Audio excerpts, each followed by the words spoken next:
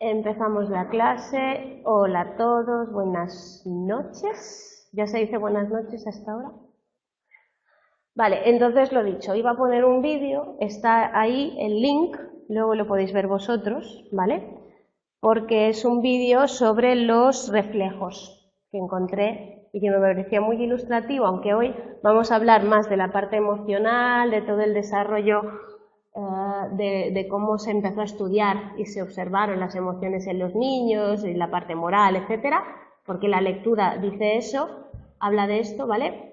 Era un poco esa parte más desde el nacimiento, nacemos con unos reflejos, el de succión, el Babinski, no sé qué, que vamos a ver en el capítulo siguiente, en el tema 2 del libro, pero que me parecía introductorio para empezar luego con este y luego unir al tema, ¿vale? Entonces, os lo dejo ahí, si está, es un vídeo de YouTube donde se ve a un bebé que debe tener poquísimo tiempo y se le tocan aquí y hace el girar, ¿vale? Sabéis que los bebés tienen unos reflejos, ellos buscan teta.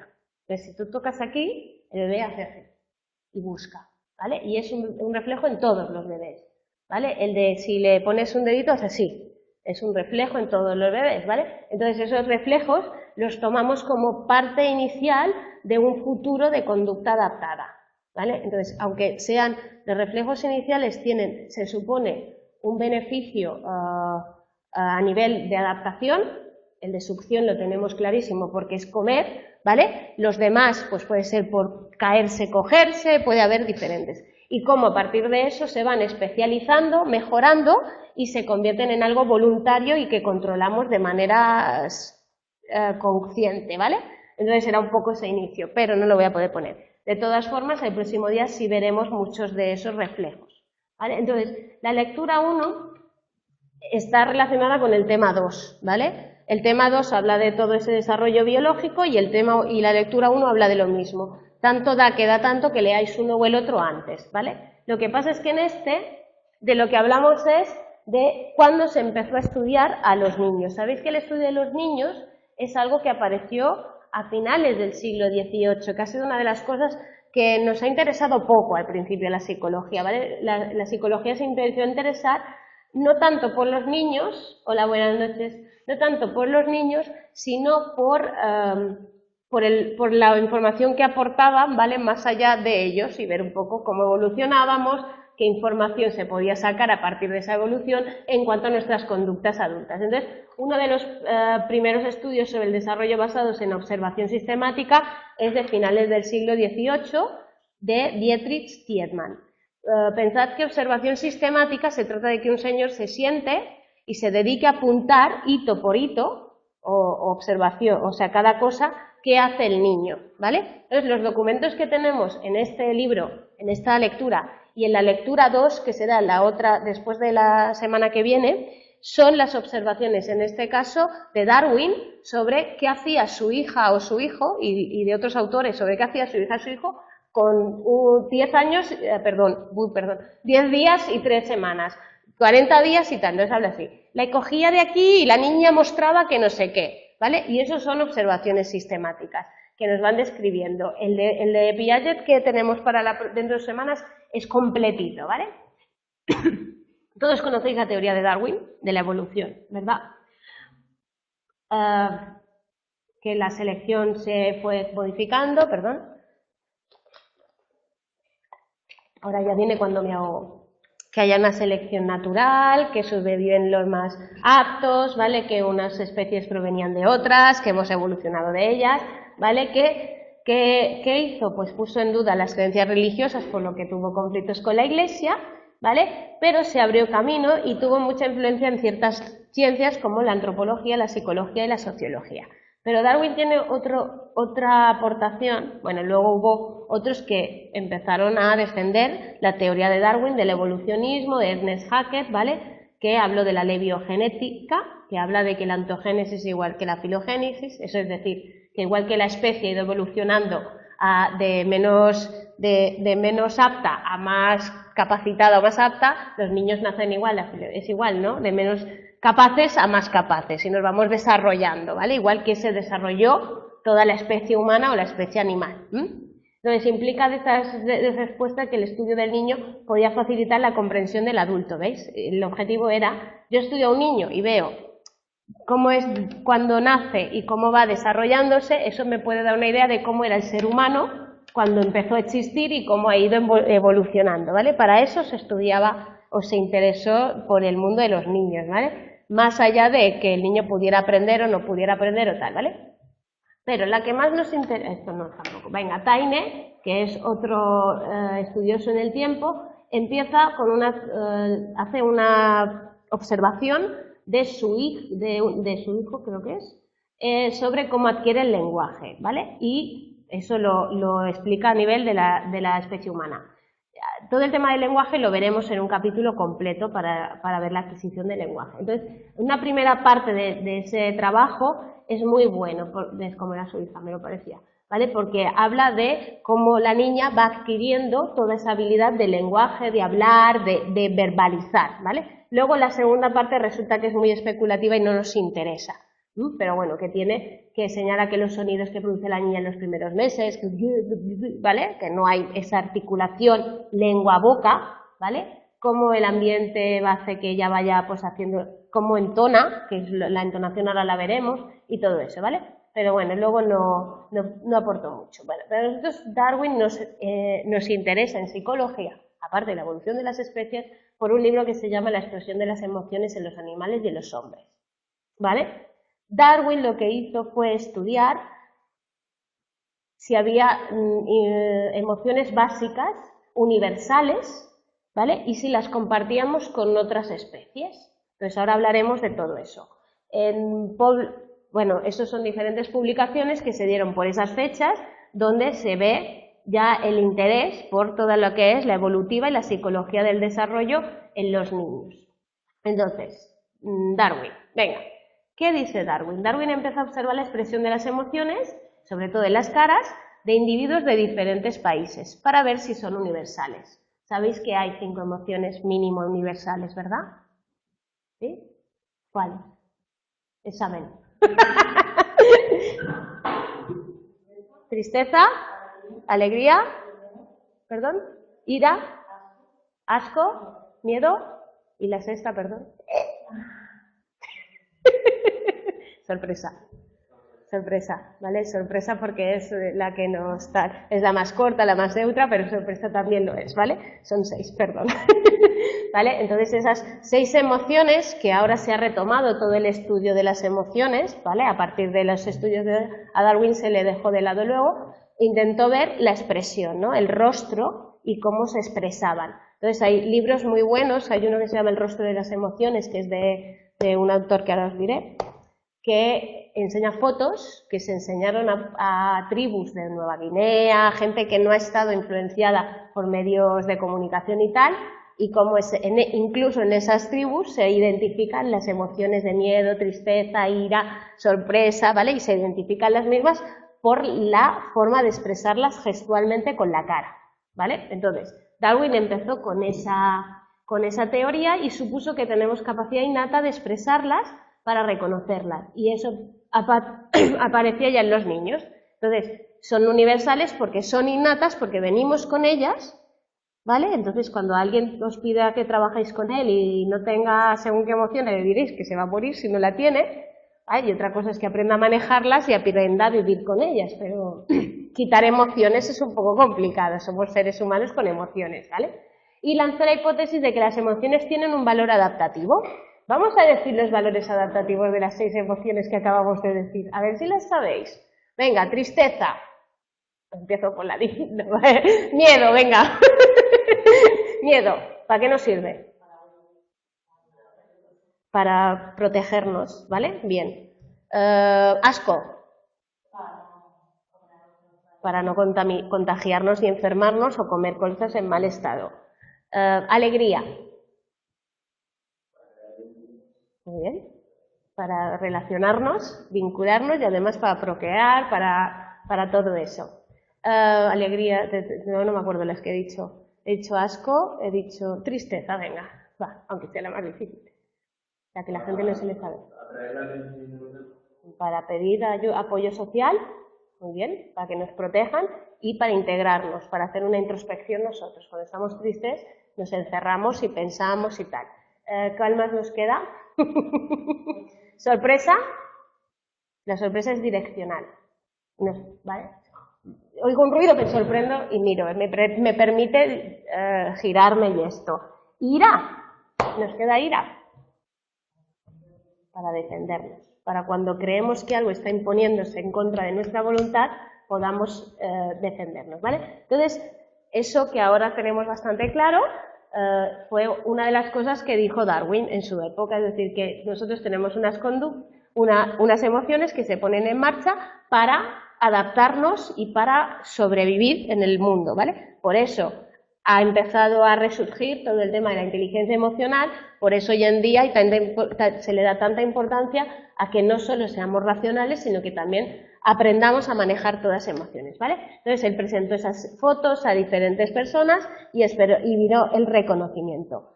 El Paul Ekman, que es el que tiene el libro que os digo, El rostro de las emociones, ha hecho lo mismo exactamente, ¿vale? Porque sabéis que a Darwin se le dio por todo eso, se quedó en impasse, hubo muchas teorías que le llevaban la contraria a Darwin y no se continuó el estudio ese de que teníamos emociones innatas y de qué tal, ¿vale? Entonces apareció Paul Ekman y retomó esas investigaciones y ha puesto encima de la mesa pues que se producen los mismos resultados con los mismos tal, ¿vale? Y entonces hemos hablado de que las emociones se han mantenido desde Darwin y además parece que son iguales para todos y universales. Entonces, el estudio de las emociones constituye un ámbito floreciente en todo el área del trabajo. Desde cuándo aparecen, por qué aparecen, cuáles son las básicas. Luego tenemos otro tipo de emociones, ¿verdad? ¿Qué son?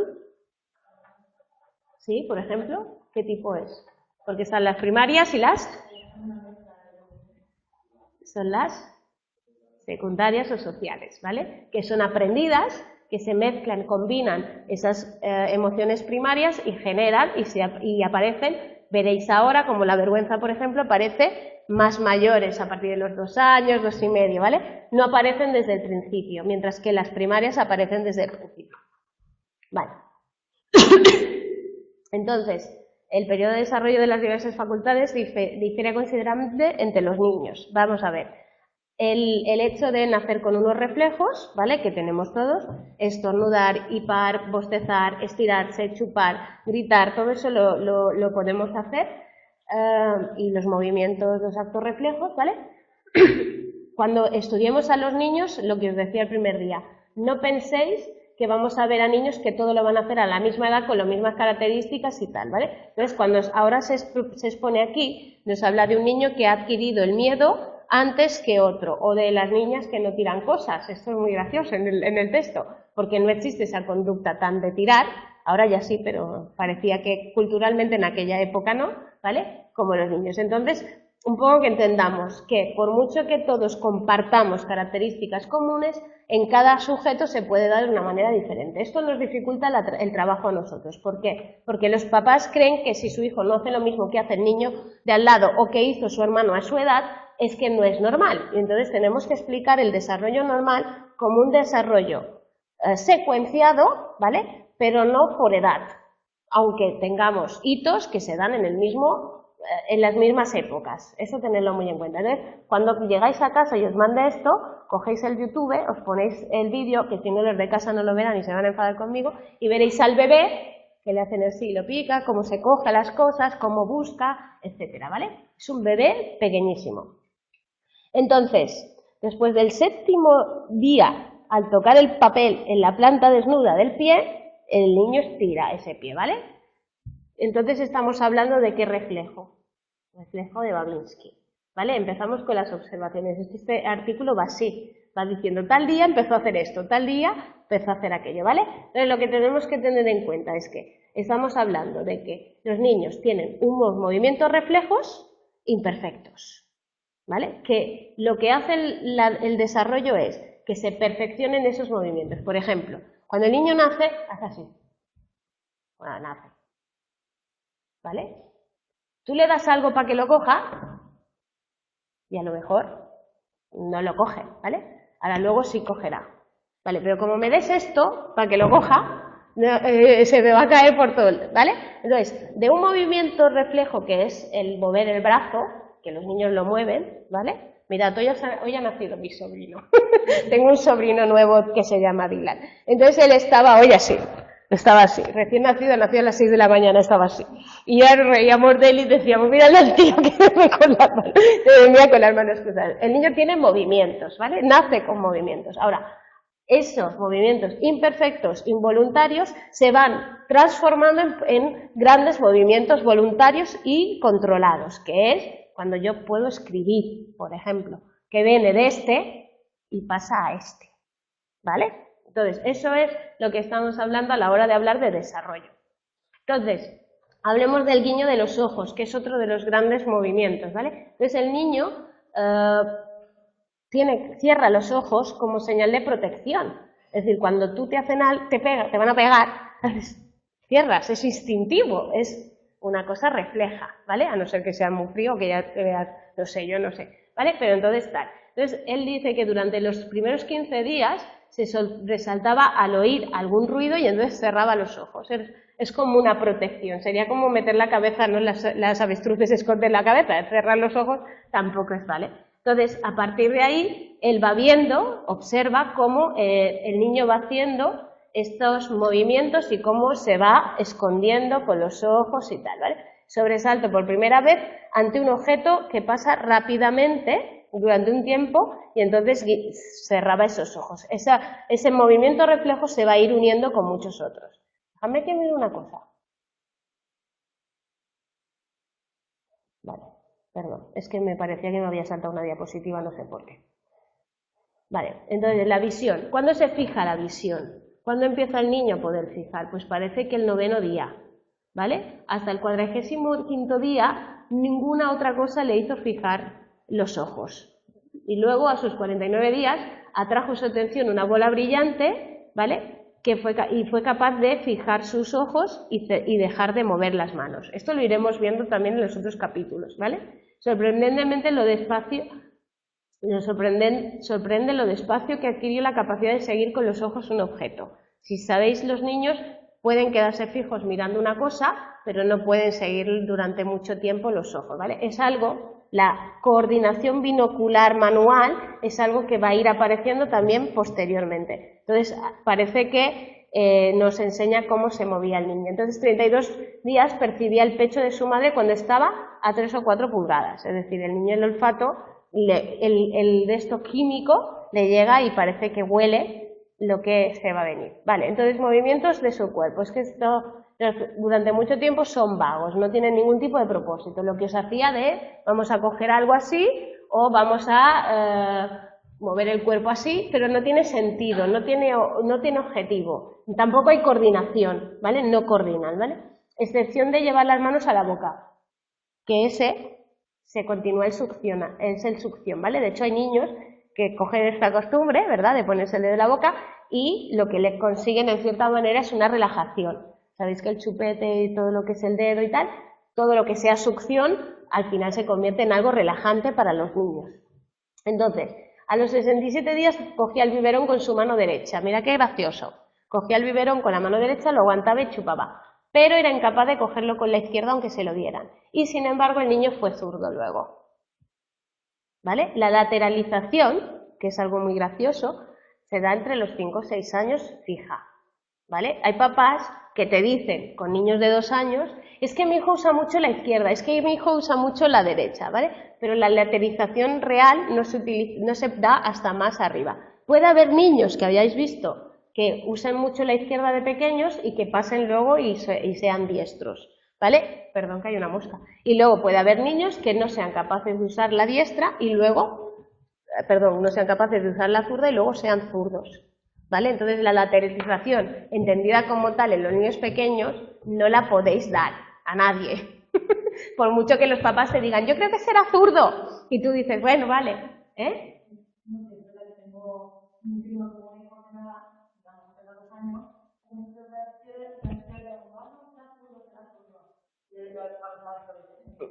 Aún no se sabe. Piensa que esa especificación de control tan fuerte de dominancia se fija más a la edad más mayores, ¿vale? Entonces no se fija de pequeños. No, y por lo tanto ni sabemos si van a ser zurdos, diestros, ambidiestros o lo que sea, ¿vale? Ya lo será, ya vendrá más con más mayor, ¿vale?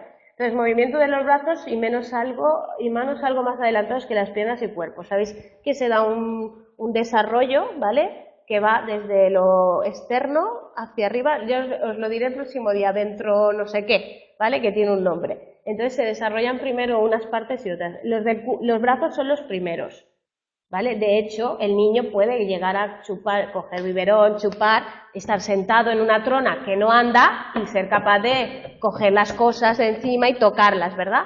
Pero no es capaz de andar todavía. ¿Y cuándo empiezan a andar? 1 año y pico, 1 año, ¿vale? Entonces, a partir de ahí, el niño ya ha cogido cosas antes del año, ¿vale? Pensadlo. No se espera ahí sentadito sin tocar nada, ¿vale? 4 meses, mirada de manera intencional. Ahí está el nivel de intención, las manos y cómo se mueven, ¿no? Y otros objetos que aparecen cerca de él. Entonces ya tiene intención. Vamos a las emociones, ¿vale? ¿Cuándo aparece el enojo? ¿Cuándo aparece la ira? Es el anger. Anger. Es difícil saber cuándo se enojan por primera vez los niños. Mirad el que he puesto aquí, ¿vale? Ya fruncen. Pensad que estamos hablando. ¿Cómo identificamos que los niños pueden estar sintiendo una emoción? Pues lo estamos identificando por las fotos que Darwin pasó en los gestos del niño. Mirad el niño, que es un bebé, cómo tiene ese gesto con el entrecejo fruncido a su nivel, evidentemente, los labios hacia abajo. ¿Lo veis, la expresión? Claro, dices, es un bebé y tiene una expresión, es que es muy difícil, es algo innato, es increíble, ¿vale? Entonces, ¿cómo sabemos? Pues con las fotos que sabemos que tiene en la cara los gestos de enfado, sabemos que por lo menos el 8º día ya fruncía, ¿vale? Y arrugaba la piel de alrededor de los ojos, o sea, con 8 días, ¿vale? Pero no sabemos si era por una cosa o por otra. A las 10 semanas, ¿vale? Ya podía verse un poco esa sensación de fruncimiento, de ira, de rabia, de ¿qué me estás dando? Me estás dando algo que no me gusta. Entonces, a partir de ahí ya empezaba. Y con casi 4 meses, y quizá antes, ya montaba fácilmente en cólera, ya gritaba, ¿vale? Porque no le iba bien lo que se estaba pasando. Por ejemplo, los bebés que los metes en la bañera y se ponen a gritar como locos, que los hay, te dicen los padres, es que no le gusta mucho el agua, no está expresándote su ira y descontento de que tú lo metas ahora en agua aquí a lavarlo, ¿vale? Entonces ese es uno. Entonces cuando tenía 11 meses, si se le daba un juguete inoportuno, es decir, no se le daba el juguete que quería el niño lo apartaba con la mano y lo golpeaba, ¿vale? O sea, no, esto no me lo des, que no. Y ahí está un poco ese instinto de enojo. Porque durante un tiempo, que los papás os dirán, ay, es que pega, es que mi hijo pega. Ya, es que los niños durante un tiempo el enfado lo comunican psicomotrizmente y es, ¿vale? El niño que me quita algo, ¡pam! ¿Vale? No pienso, no me controlo, yo estoy transmitiendo una emoción, rabia, pensar, ¿qué os hace a vosotros la rabia? Os saca, como lo mataría, ¿verdad? Pues eso, pero sin control y a un nivel más pequeño, porque el niño no va a agredir a nadie en el nivel de voy a matarle, sino simplemente hay una forma física. Entonces, cuando tenía 2 o 3 años se aficionó a tirar libros, palos, ¿vale? Pero fijaros que él dice que nunca pudo ver esa actitud en una hija, ¿vale?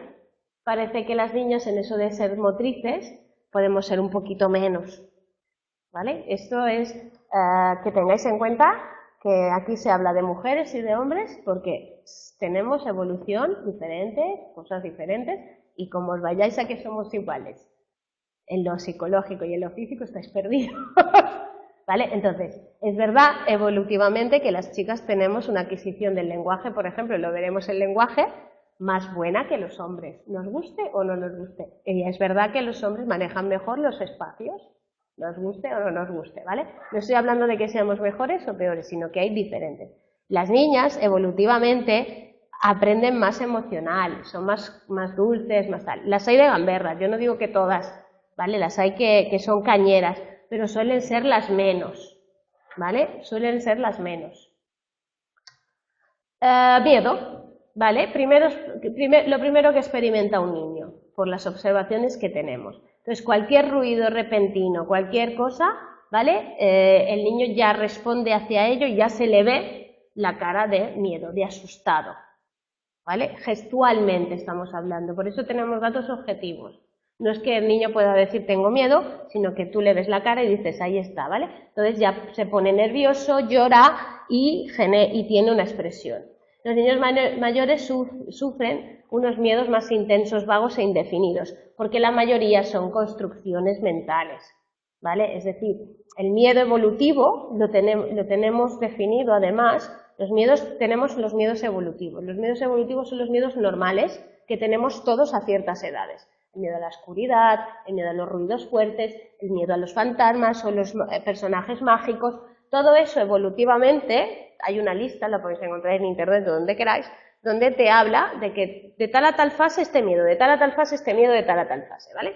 La superación de esos miedos implica la adquisición de autonomía, autorrefuerzo, de sentirme bien, de tal. Esos miedos se superan afrontándolos, porque el miedo solo se supera afrontados. Pero no sé si habéis hecho algo de clínica, pero si hay una fobia, posición, o sea, el miedo se supera afrontándolo, ¿vale?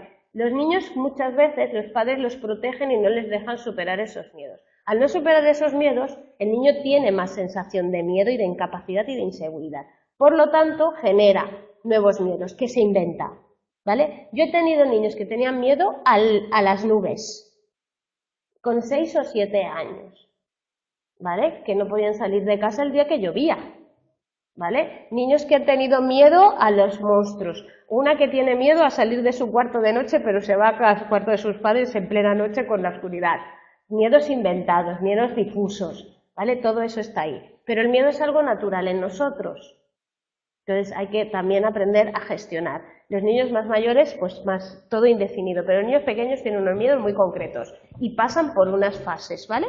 Eso lo tenéis que saber. Se ajusta a lo que sabemos de la transmisión de los caracteres anteriormente bien desarrollados que podrían aparecer en un periodo de vida y desaparecer más adelante, los miedos, ¿vale? Es decir, si yo durante una época de mi vida tengo miedo a unas cosas, luego puedo superarlo y puedo pasar a otras, ¿vale? Si no lo supero es cuando puede ser que después tenga un problema. La sensación de placer, la sonrisita, esa mira de la cara, esos ojos así alegres. ¿Veis la expresión, verdad? Que es lo que me interesa. Vale, entonces se puede presumir que el niño ya siente placer cuando empieza a succionar la leche de la teta, ¿vale? Cuando empieza a chupar, ¿vale? Porque el reflejo de succión le da placer. Hay niños que ya sonríen a los 45 días o a los 46, ¿vale? Eran sonrisas auténticas, de placer, no sonrisas forzadas ni nada, sino la verdadera sonrisa, ¿vale? Puede haber un gesto al bebé de tal, pero la expresión tenéis que reconocerla. La sonrisa surgía principalmente cuando miraba a la mamá, ¿vale? Cuando tenía como estímulo a la mamá, ¿vale? Y a veces sonreía él solo por su cuenta, sin ningún estímulo, como si tuviera sentimiento de placer después de algo que había pasado, ¿vale? Se le ve que ya él va teniendo esa sensación de disfrute, de placer. Estamos hablando de 45 días, ¿vale? O sea, muy poco tiempo. Pero bueno, ya sonríen al comer. Cuando tenía 110 días le divertían enormemente los delantales que se ponían en la cara, ¿vale? Ese juego, el niño jajajaja, ahí ya empiezan a volverse locos. Entonces emitió un ligero ruidito que ya parecía la risa incipiente, ¿vale? Que empieza a hacer el sonido, ¿vale? A vocalizar ese sentimiento. Bueno, los cachorros juegan desde muy temprana edad. Acordaros que hablábamos el otro día de que igual que nosotros los animales se desarrollan, pero ellos muchas veces antes que nosotros. Cuando tenía 4 meses mostraba de una manera inequívoca que le gustaba oír tocar el piano. O sea, ya mostraba placer por algo que se le transmitía. Y el afecto. ¿Cuándo sabemos que queremos a las otras personas? Dice que surgió muy pronto. Entonces la sonrisa dedicas a quien se ocupa de él y no hay evidencia de que reconozca a alguien hasta los 4 meses de edad, pero sí que haya sonrisas a quien o sea, no identifica exactamente si es mamá, si es papá, si es tal, pero sí que sonríe cuando le cuidas, ¿vale? El bebé. 5 meses mostraba deseo de ir con su niñera, o sea, ya empezaba a tener claro con quién quería estar, ¿no? Cosa que es importante. Espontáneamente afecto mediante acciones públicas hasta que tuvo algo más de un año, ¿vale? Mira, sentimientos de solidaridad 6 meses y 11 días, ¿vale? Sentimientos de solidaridad es que se ponía cara triste cuando veía que a alguien no le funcionaba algo, cuando alguien llora, tal. Eso no significa que ya tengan empatía. Que es que la gente te dice que un niño tiene que tener empatía con 3 años, pero la empatía es algo que puede aparecer más tarde. Eso que veremos nosotros en la evolutiva, veremos la teoría de la mente, que es una cosa, y que no hay que confundirla con la empatía, que es una habilidad o una actitud que se puede aprender, ¿vale? La teoría de la mente es lo importante, es lo que tenemos que tener biológicamente, pero la empatía es otra cosa, ¿vale? Luego, en 15 meses y medio empieza la envidia. Estamos en el año y ya casi 2 años, bueno, un poquito menos, ¿vale? Empieza la envidia, empieza a surgir esa emoción social, de que tú tienes algo y yo lo quiero, y eso se llama envidia, ¿vale? Pero eso ya es social. Las otras han aparecido a los días, a los de estos, ¿verdad? Luego estamos cuando empieza la asociación de ideas, el razonamiento, etc. Entonces, parece que la primera acción de razonamiento se observa a los 114 días, ¿vale? Bajar la mano por debajo de estar, meter la punta de este en su boca, ¿vale? O sea, bajar la mano y saber meter, ya hacer una acción de razonamiento. 4 meses y medio sonreía repetidamente a su imagen en el espejo. Entonces ya veía él que había algo ahí y sonreía, ¿vale? Entonces en menos de 2 semanas comprendía que era una imagen. Entonces eso es habéis visto el juego de un animal peleándose con su propia imagen en el espejo, ¿no lo habéis visto nunca? Vale, los seres humanos nos reconocemos y nos vemos en la imagen, ¿vale? Con 4 meses y medio. ¿Vale? Mientras tanto sería, pues veo a un niño, hay un niño allí y no soy yo, ¿vale? Pero eso sí que lo habéis visto, ¿vale? Con 7 meses se quedaba perplejo al ver detrás de una gran ventana de cristal pareciendo dudar si era una imagen, es decir, si ahora ve pasar por aquí a alguien, pues a lo mejor piensa que eso es un espejo, porque es un cristal y él puede dudar de saber si está viendo un reflejo realmente. Entonces, mejor se giraría y diría, uy, que tengo algo detrás, ¿no? Porque está pensando. La niña, cuidado, la niña, cuando tenía no era tan perspicaz y parecía perpleja ante la imagen de una persona en un espejo que se acercaba desde detrás. Es decir, pensaba que cuando se le acercaba a alguien desde detrás, se le estaba acercando de verdad. Lo veía reflejado en el espejo y se sentía.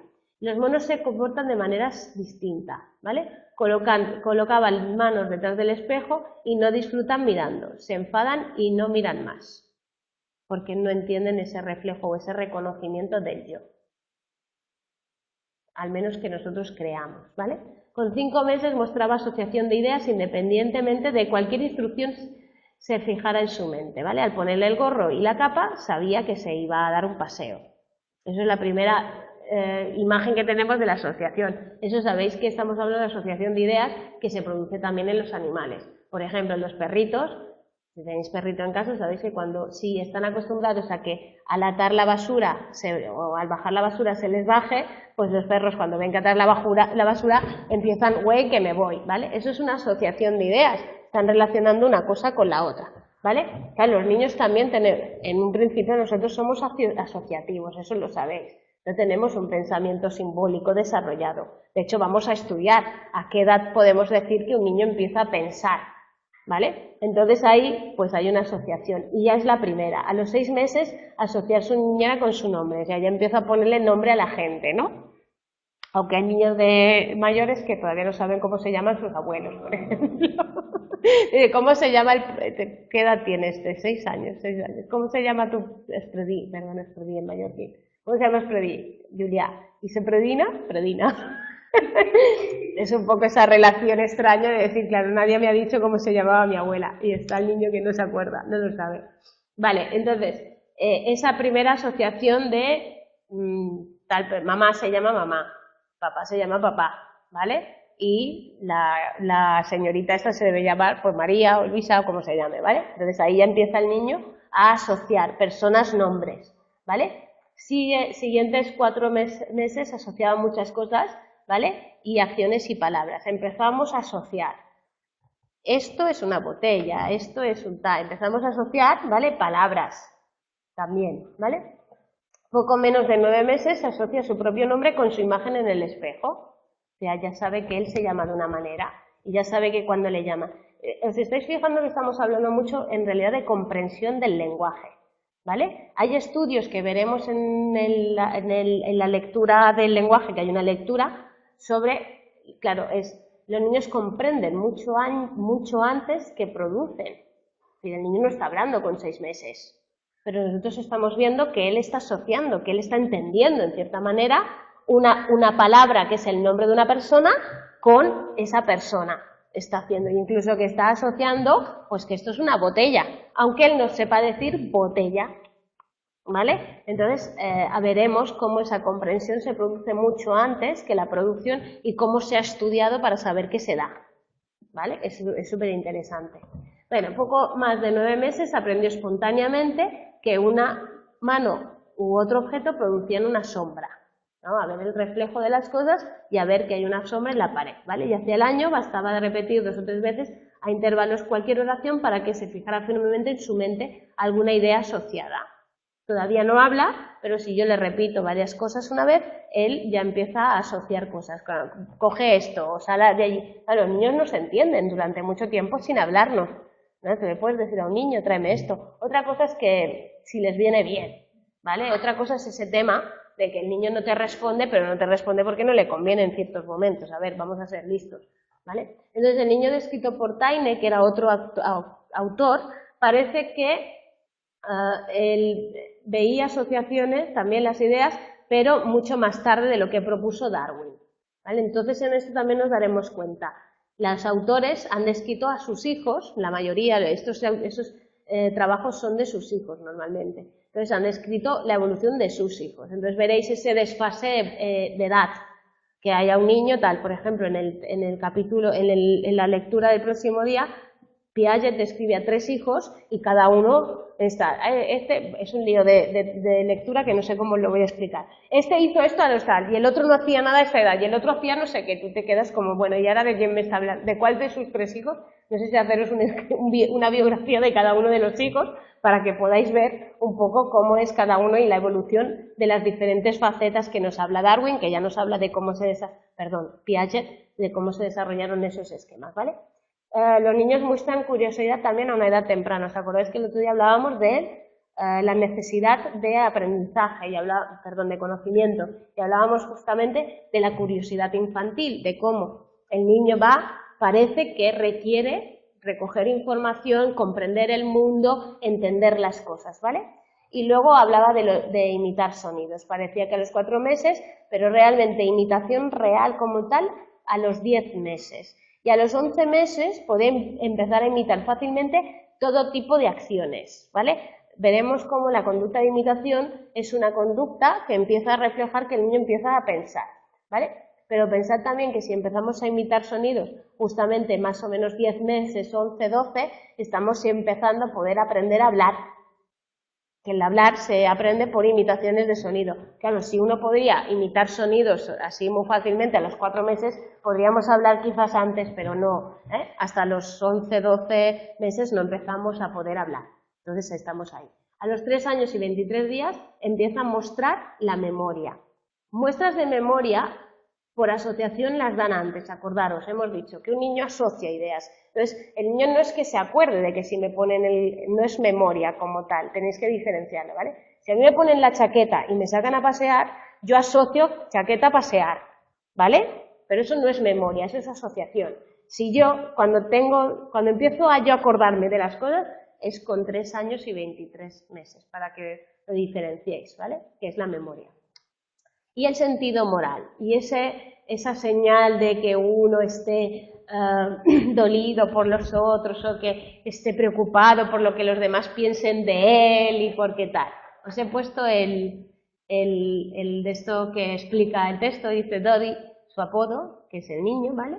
No quiere dar al pobre papá un beso. Dodi malo, ¿vale? Sin ninguna duda estas palabras le hicieron sentirse ligeramente inquieto. Y por último, cuando yo había regresado a mi silla, frunció los labios como signo de estaba dispuesto a besarme, luego agitó su mano de manera airada hasta que fui y recibí mi beso. ¿Vale? O sea, que el pobre niño está mostrando que me he dado cuenta de que Dolly lo he hecho mal y de que tenía que haberle dado un beso a papá y que no le he dado el beso a papá, ¿vale? Entonces es como una reconciliación proporcional, ¿vale? Que le proporcionaba esa satisfacción, pero con toque dramático. Los niños es como, bueno, venga, te doy un beso, pero es que me has hecho daño o has sido malo, ¿vale? Entonces, eso parece que nos está exponiendo un poco esa idea que tenemos, que los papás a veces te dicen que es imposible que los niños exageren y que cuando cuentan algo es que les ha pasado y que seguro que están fatal, pero los niños tienen una tendencia al toque dramático que como trabajáis con niños ya os podéis preparar, porque es como el fin del mundo, ¿vale? Entonces, ahí tenéis que ser capaces de poder describir un poco la realidad y ver qué realmente ha pasado. Pero un niño exagera mucho, sobre todo delante de mamá y papá, muchas veces. ¿Vale? Niños muy pequeños, por ejemplo, a ver, ¿habéis estado alguna vez en la puerta de una escoleta? ¿Habéis llevado alguna vez un niño a una escoleta? Vale. ¿Tus hijos? Tus hermanos. ¿Y tú, hijo tuyo? Sobrinos. ¿Habéis ido con las madres o los padres de estos niños? Algunas veces. ¿Has visto qué diferencia entre que lo deje una persona que no es su madre, a que lo deje la madre a la hora de entrar? ¿Has visto el drama que montan esos niños? De mamá, ¿cómo me dejas aquí tirado, mamá? Y el drama que montan. Yo voy a una escoleta los viernes por la mañana y lo vivo durante un curso entero. Y las madres siguen haciendo lo mismo. Y digo, tú, a la puerta, al cabo, antes de llegar a la puerta, lo coges, lo dejas en el suelo, le das la mano y le dices, venga, que vas a la escoleta, y lo sueltas. Y entonces ves al niño que se agarra la mano. Mamá, claro, cuando van evolucionando, que empieza a pasar el tiempo, os hablo de ahora estamos empezando el curso, estamos en octubre. Ahora los hay que tienen, claro, 2 años recién cumpliditos, 2 años y medio, estamos en margen 2-3 años. Estos, de entrada, ahora, todos agarrados a las madres haciéndoles un drama, ¿vale? Tenemos uno que es un bebé que solo le llora al padre, ¿vale? Drama total de me estás dejando aquí, ¿vale? Y luego entran, y tú los ves entrar, claro, yo los veo, los padres tendrían que verlo, alguna vez hacemos vídeos y todo. Entran, pasan, hay una puerta, otra puerta, entran, pasan esta puerta, esta que aquí ya no les ven los padres, y se ponen a y andan, y se van a caer. Y tú dices, ¿toque dramático o no? Arte dramático de los niños pequeños, os lo juro. Claro, yo lo veo diariamente y los papás te dicen, pero dentro está... Yo tengo bebés, el que llora con el padre es hijo de una amiga mía y yo voy a verlo de vez en cuando y le digo, no está llorando dentro, no llora dentro.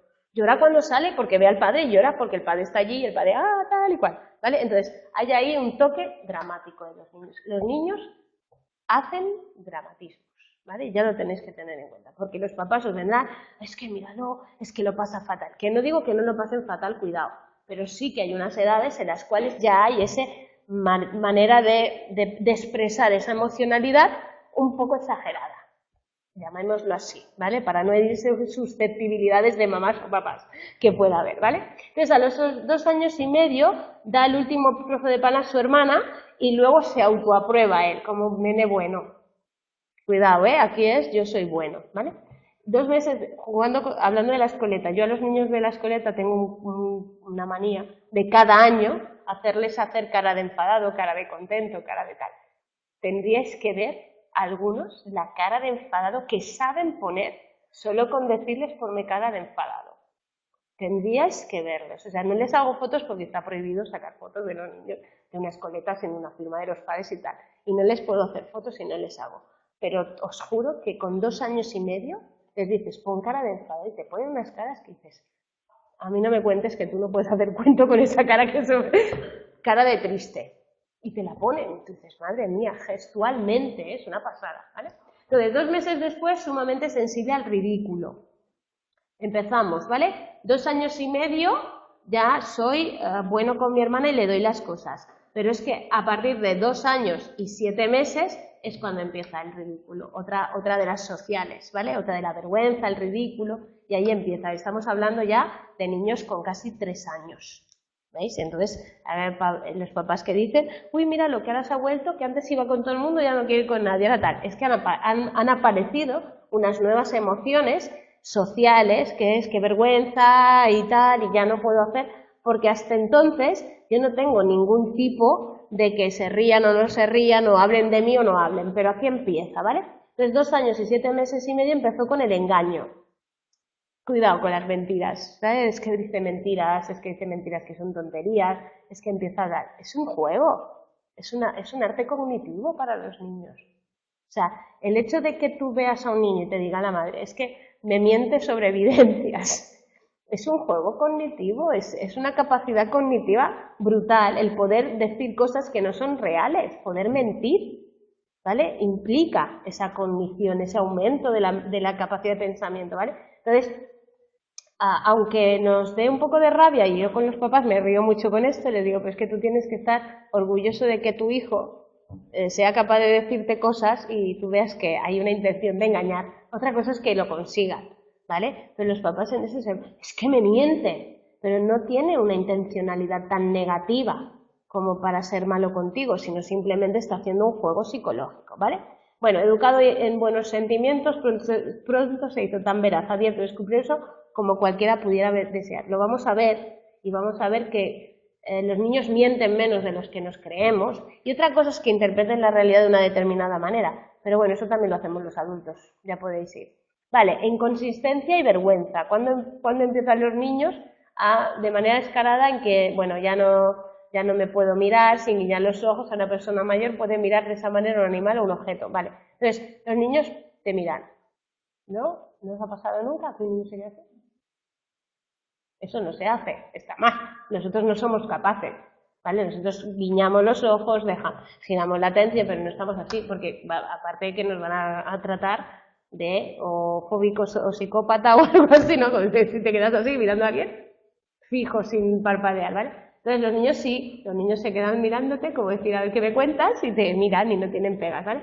Entonces, eso una persona mayor no lo haría. Los niños pequeños no piensan en sí mismos y por ello no hay vergüenza en esos momentos. Ellos hacen cosas pero no lo relacionan. A partir de 2-3 años es el primer signo de vergüenza. ¿Qué es que les cuento?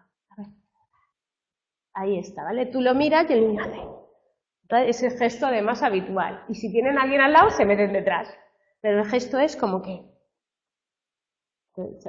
Tal cual, ¿eh? Lo podéis ver en cualquier niño. No tenéis niños para hacer pobrecitos de conejillos de India, ese curso, que es lo que... Mira, yo tengo uno recién nacido, le voy a hacer pasar por todo, ¿vale? Entonces un poco que os fijéis en ellos porque es bueno ahora para ver esto, ¿eh? Para aprender desarrollo, si tenéis a niños y podéis verlos, es súper divertido porque además lo veis. Entonces, os voy a hablar de otro tema que puede pasaros si trabajáis alguna vez con niños, que es perder el encanto, es decir, todo pierde encanto. O sea, tú ya sabes que el niño cuando nazca va a hacer esto y todo el mundo te dice, míralo qué listo lo que hace tú, mírala que ya es zurda, no sé qué, mírala qué tal, y tú dices, bueno, vale, no seáis malvados en eso y no digáis, no, pero bueno, a ver, todavía no lo puedes saber, no se lo digas tú, no seas así de mala, porque es muy malo, es decir, bueno, es lo que hacen todos los niños a su edad y es lo que les corresponde, ¿vale? Eso es para nosotros, no le quitéis el encanto a tener hijos y a verlos crecer, que la madre te diga,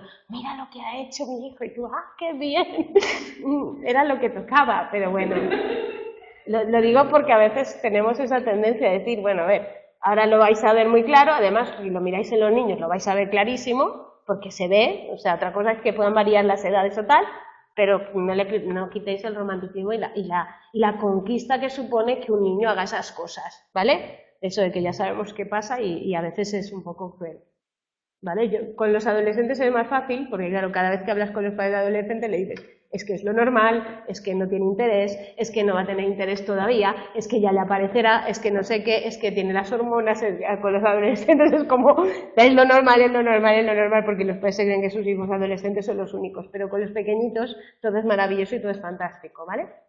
No le quitemos el encanto. Vale, entonces, maneras de comunicarse. El llanto es la primera manera de comunicarse. Es instintiva y inicialmente es para mostrar sufrimiento de verdad. ¿Vale? Un niño no llora de bebé por llorar, llora porque le duele algo o tiene hambre, ¿vale? Pero a las 11 semanas ¿vale? Ya puede empezar, ya cambia el sonido. Y a partir de muy pronto empezará a ser voluntario. Con lo cual, ¿qué tenemos que entender nosotros? Que el niño empieza llorando por daño o hambre o por dolor o hambre, ¿vale? Pero que luego descubre que si llora, los papás corren a su encuentro y a salvarle. Entonces empieza a manipular a los papás desde muy pequeño con los llantos. De noche, de día, ¿vale? Entonces nosotros, una de las cosas que tenemos que usar cuando trabajáis con niños es que hay que enseñarles, primero, que los niños hacen ruidos, de noche, de día, tal, los niños hacen ruidos, no pasa nada. Entonces hay padres que tienen muchos problemas con el sueño, por ejemplo, habéis oído hablar del método Escribil y del duérmete niño, de todos estos rollos, ¿no? Bueno, son métodos que se han creado porque, bueno, el método Escribil es un método de modificación de conducta, más o menos, con pasos, ¿vale? En el cual el papá primero va a decirle al niño que no le pasa nada, que no se preocupe, eso es con niños que no duermen, ¿vale? Muchos niños que no duermen a edades muy pequeñas, ¿vale? Lo veréis en clínica. Pero bueno, entonces hay que enseñar que los niños hacen ruido y que no hay que correr desesperados a ver qué ruido es eso y por qué tienen ese ruido el niño. Y después, que es una cosa que sí que hacemos, trabajamos con los niños de 2 a 3 años, es que los niños lloran voluntariamente. Que eso de que si lloras porque estará triste, entenderlo. A ver, el llanto triste se ve y se nota y hay que aprender a verlo, ¿vale? Pero que los niños lloran voluntariamente y que hay niños que te montan un pipote y se te ponen a llorar y tú dices, pues tío, si no está... El otro día, mira, ahora me he acordado de uno de la escoleta. El otro día yo les hago psico y entonces el otro día un niño le pegó a otro. ¡Pah! Y tú, bueno, que no se pega, la clase de Pilar no se pega, no sé qué. Se puso a llorar el que había pegado y yo decía, ¿tú por qué lloras? Y yo lo miraba y apareció la otra educadora y dice que llora, digo, no lo sé, ¿por qué él le ha pegado a este no llora y este está llorando? ¿Vale? El niño se puso a llorar, él le había pegado, le había hecho daño, le había dado en la cara, pero bueno, entonces entender eso, que es voluntario, ¿vale? ¿Qué más? Pues 5 meses y medio empieza a emitir ya sonidos y aquí ya entramos en el tema de las palabras, de que ya con 1 año empiezan a inventarse palabras, tal, y ¿qué más nos falta? Las entonaciones. Lo primero que los niños comprenden son las entonaciones, ¿vale? Entonces, cuando reñimos a un niño y le hacemos un ¡ay, no seas tan malote! ¡Ay, mira qué malo el nene que mamá se va a enfadar! El niño, ¿qué se cree que le estamos diciendo? La juerga. Entonces, es que le riño y no se inmuta. Claro que no. Si a mí me riñes así, tampoco me riñe. Yo puedo entender lo que dices, pero el tono, la expresión, es muy importante. Entonces, si enseñáis alguna vez a papás, es coherencia. Es decir, cuando tú le digas a un niño que no haga algo, es no se toca. Es no se toca esto, a ver, no lo toques, no sé qué, que papá se va a enfadar. ¿Vale? No lo entienden. No entienden porque el tono no es correcto y el niño entiende tonalidades. Desde el principio mucho más rápido que cualquier habla o cualquier lenguaje. Y luego ya empieza con las vocalizaciones y el habla, ¿vale? Entonces el niño hace inteligibles sus deseos, primero mediante el llanto instintivo, después al llanto consciente, ¿vale? Voluntario, en el cual yo exijo, y después ya empezamos a hablar de sentimientos y de comprensión, expresiones y a poder transmitir simpatía y enfado. Vale, y entonces está contento después de algún logro y enfadado si no. Y antes de que tuviera 1 año comprendía las entonaciones y los gestos. Los niños la entonación y los gestos los comprenden muy pronto. Todas las emociones de las que estamos hablando, ¿vale? Que son instintivas. Entonces, si tú pones cara de enfadado, el niño, tú puedes hacer llorar a un niño solo poniendo cara de enfadado si eres capaz de poner cara de muy enfadado. ¿Vale? A ver, esto no es broma, es serio, es verdad. Entonces el niño, tal, por ejemplo, una de las técnicas que yo les enseño en la escoleta a las profesoras es que en vez de gritar, callen y les pongan cara de enfadadas. Y entonces los niños se van se van colocando, os lo juro, es automático. ¿Vale? Entonces eso es porque los niños entienden muy bien esas emociones.